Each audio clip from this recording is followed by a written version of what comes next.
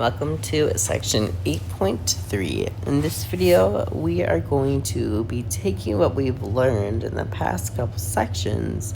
We're actually going to begin to graph these linear equations. However, in this section, we are going to be specifically only looking at positive linear equations, because we also have negative linear equations as well. But negative linear equations are going to be for the next section. So with that being said, let's take a look at some new vocabulary. So we have talked a little bit about the x-y axis. And when this graph or this line goes through the y-axis, that is called a y-intercept. So like I said, that is a point where the graph intersects that y-axis. And the same thing for the x-intercept, except for it, the x-intercept is when the graph or the line goes through the x-axis. And then we also have this idea called slope. So slope is a ratio or a proportion, and this ratio is the change in our x terms over all of the change in our y terms. And a lot of us know slope or have heard of slope as rise over run because, oh, wait, hold on. I made a typo here. This is not supposed to be change in x. This is supposed to be change in y. And this is supposed to be change in x. My apologies about that. So that is a mistake. Please make sure you fix that. So we have change in y over change in x, or in other words, rise over run. Because y, or change in y, is going to either take us up or down. And then a change in x is either going to take us left or right. So you can think about when you run, you're only going left to right. And rise, you're either going to go up or down. And then another way you might see slope as is there are these triangles here, and these triangles just mean like change. So this means change in, that's what the triangle means, change in. There you go. There you go. Okay. So with all of that new vocabulary, we can now begin to take a look at what is called the slope-intercept form of an equation. So given the variable m is the slope and b is the y-intercept, we can take a look at this thing called the slope-intercept form of an equation, which is y equals mx plus b. So m here, as stated, that is going to be our slope. And notice m is being multiplied by x here. And then b, that is going to be our y-intercept, or that will help us identify our y-intercept. So with that being said, let's work through some examples. So in this first set of examples, let's determine the slope and the y-intercepts of the following equations. So for example 1, I encourage you to pause the video and work through it. And assuming you have given it a go, let's work through it together. So as I stated before above, our slope is multiplied by x. So since this 1/2 here is being multiplied by x, our slope of this line is going to be 1/2. And then b is a y-intercept. So this 3 here is telling us something about the y-intercept. And now remember, a y-intercept is the point where this graph intercepts or crosses or goes through this y-axis. So we're finding a point. The y-intercept is a singular point, and we've already plotted points on the y-axis, right?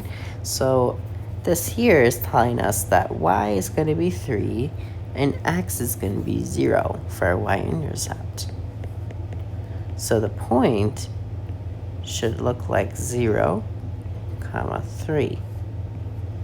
And that makes sense, right? Because we're not going left or right anywhere, and we're going up 3. So therefore, we're on the y-axis.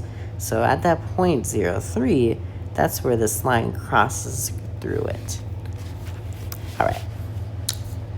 Now, with all of that being said, I encourage you to pause the video and work through the rest of these examples on your own. And let's work through it. So, for example 2, our slope is going to be 4/3 because it's being multiplied by x, and our y-intercept in this case, because 3 is being subtracted, is now going to change to 0, comma -3. And then for example 3, since 5 is being multiplied by x, our slope is 5, and then our y-intercept is going to be 0, comma -1, because 1 is being subtracted. And then last but not least, example 4 is a little bit more tricky because we don't have a number in front of x. But because we don't have a number in front of x, that is telling us that we have this invisible 1 here. You can think of it, because 1 times x is just x. Or you can think of it as like anything times 1 is just itself. So if we just have an x hanging out by itself there, that means it's being multiplied by 1. So therefore, the slope is 1. And then our y-intercept, because there's no b in this case, we're not adding or subtracting the slope by any value. That means our y-intercept is just going to be at the origin, 0, 0. And now that we have done that, we are going to now begin to graph these linear equations. And when we do that, let's identify the x-intercept, which is where the line crosses through the x-axis, the y-intercept, and the slope. So, we can't identify the x-intercept yet by just looking at this equation, but as we've seen above, we can identify at least the slope and the y-intercept.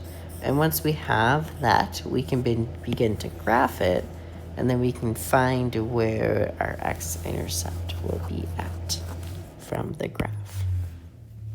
So let's first begin by finding the slope for this example, which is 1/3, and then our y-intercept is going to be 0, comma -1. So now let's use that information to create a coordinate grid, an xy plane, and then we can graph.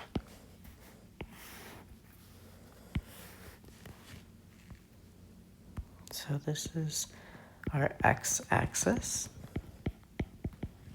This is our y-axis. We're gonna go 1, 2, 3, 4, 5.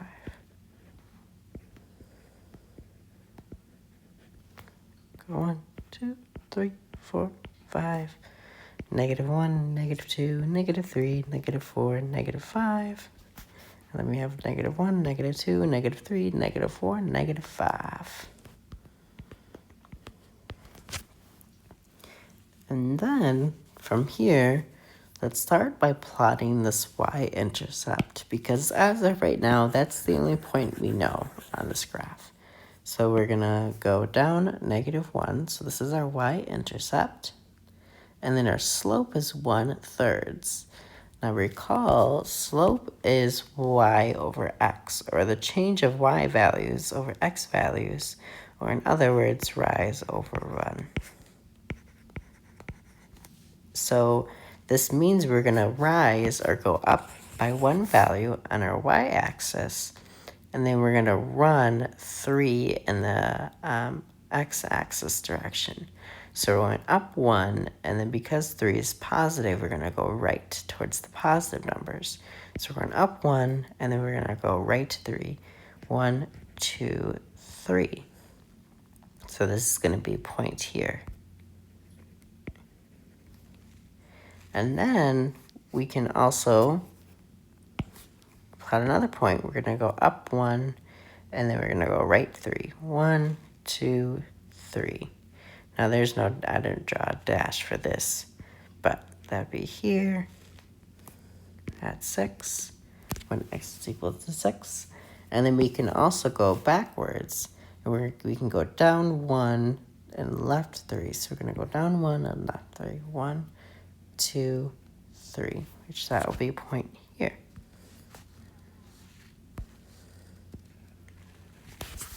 Now that we got this point sketched out, we can draw a line. Now this line is the graph of this linear equation here.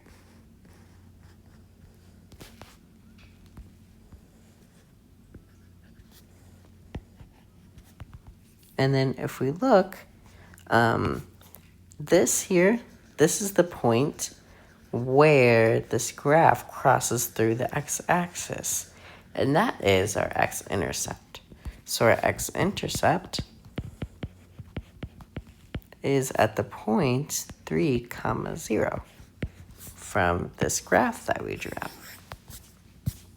And now that we did that example, I encourage you to work through these 3 examples on your own. Now let's work through them together. So for example 2, we have y equals 2x plus 2. So let's first find the slope, and the slope is going to be 2, or in other words 2 over 1, because 2 divided by 1 is 2. And then our y-intercept is going to be 0,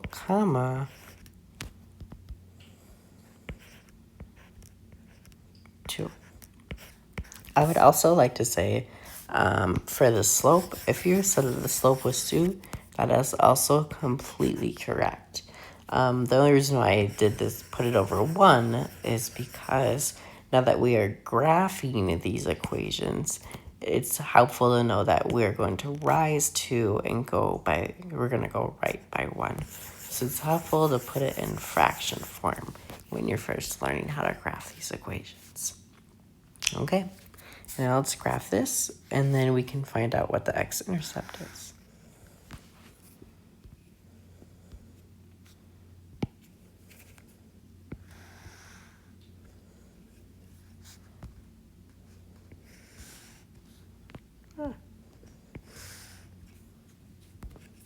Cannot draw to save my life. So this is our x-axis. This is our y-axis.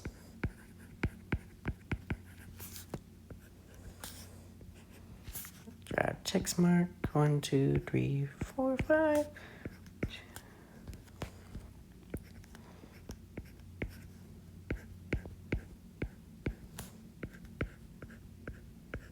Okay, so y-intercept is at 0, 2, which is here. And then our slope is 2 over 1. So we're going to go from here, we're going to go up 2, we're going to rise 2, 1, 2. And then we're going to run to the right by 1 because our 1 is positive. So we're going to have a point here. And then we can go down. We can go the opposite way, and we can go down 2, 1, 2. And then we can go left by 1, which will put us right here. And then let's go down one more point.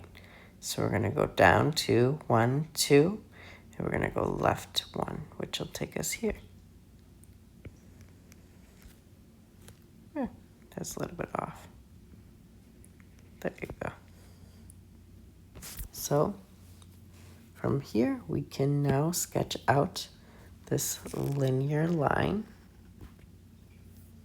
Ooh, that is way off.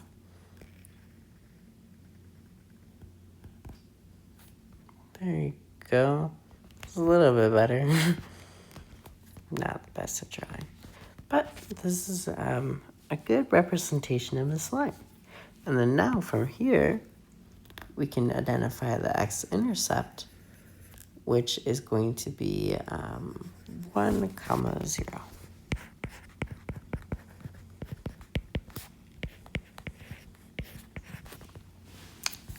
Looking at example 3, we have x plus 1/2. So recall when we don't see a number next to x, that means it's just being multiplied by 1. So the slope is 1, and then our y-intercept is going to be 0, 1/2. And we don't know our x-intercept yet. And to find that out, we're going to graph this equation.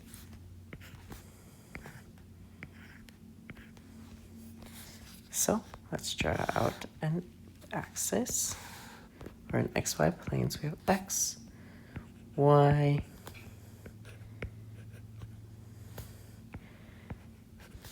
one, 2, 3, 4, 5. 1, 2, 3, 4, 5.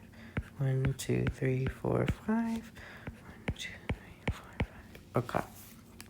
So our y-intercept is at 1/2 or 0.5.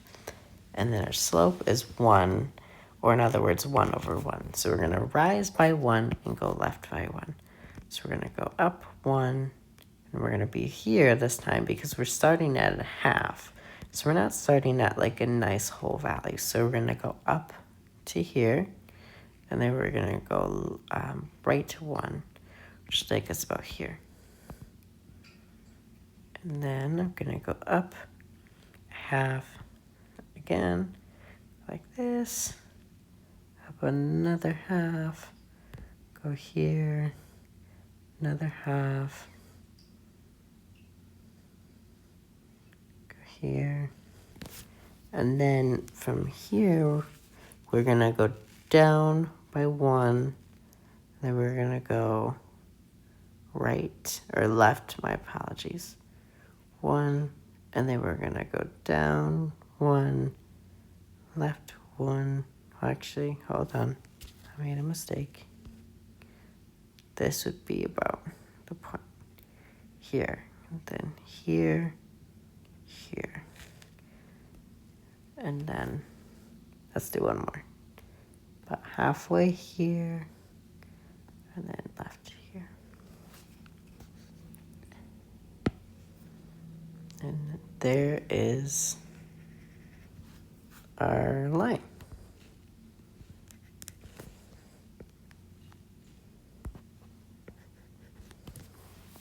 And then here, when we try and find our x-intercept, it's not super obvious. However, we can estimate. So let's just say that this would be maybe 0.3 or 1/3. Maybe that's what our x-intercept is. We aren't going to be super accurate in this course what our x-intercept is if we don't have a perfect value like this. However, once you get a little bit more into algebra, you'll learn how to find the x-intercept by plugging in some numbers into this equation. But we're not going to worry about that in this course. So now let's look at example 4. So our slope, we have to be careful with this one, because remember, our slope is what's being multiplied by x, and x is being multiplied by 2/3. So our slope is 2/3 in this one. And then our y-intercept, it's going to be 0, 1. And then we can graph. So we have x, y. We're going to go 1, 2, 3, 4, 5. 2, 3, 4, 5. 1, 2, 3, 4, 5. Those are some horribly spaced check marks. And I still did not do a good job spacing that one out. Okay, so we're starting at 0, 1, and we're going to rise by 2. So we're going to go 1, 2, and we're going to go right by 3 because 3 is positive. So we're going to go 1, 2, 3.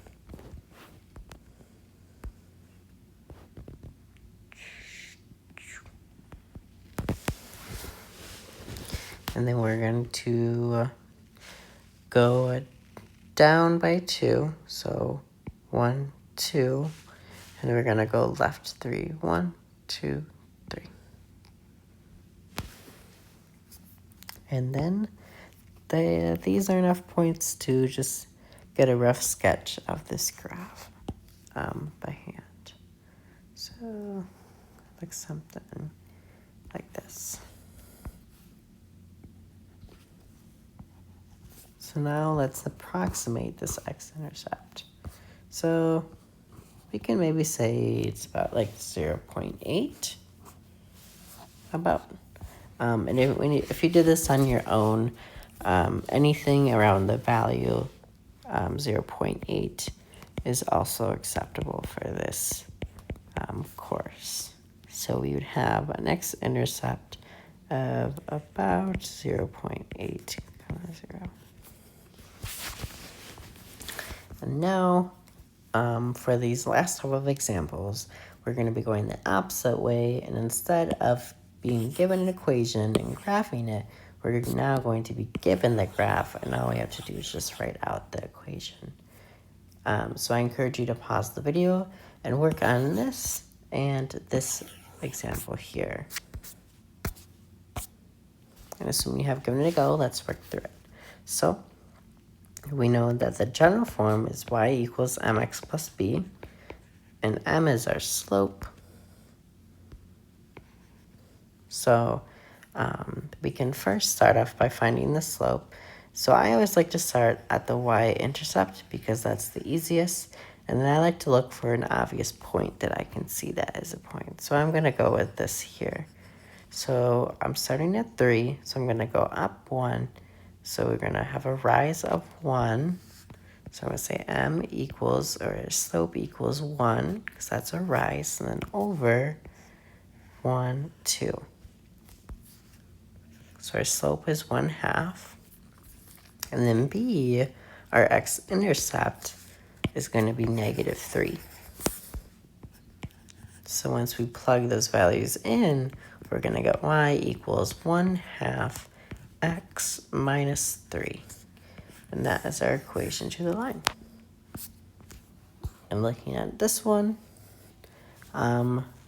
we can see, so I'm going to write y equals mx plus b again. And our slope, we're going to go up 2. So we have, or actually, be careful actually, because what you may notice is that these tick marks are labeled, but they're not going up by 1 every time. They're actually going up by 2. So that is one thing. When you plot these XY planes, they do not always need to go up in tick marks by 1. They can go up in any value you want. So one tick mark can go up in a value of 20 if you wanted. So you can go 20, 40, 60, 80. It does not matter. So you have to pay attention to those tick marks because that will change your answer. So because these are going up by 2, our rise is going to be 2 and 4. So the rise of the slope is actually going up by 4 every time. So we're going to have 2, 4, and then our run is going to be going right by 2. Or in other words, is positive 2. And then our y-intercept is going to be 4. Or not the y-intercept is going to be 4. B is going to be 4. So our equation is going to be, I'm going to simplify this 4 and 2 by dividing it. So 4 divided by 2 is 2. So we're going to get 2x plus 4.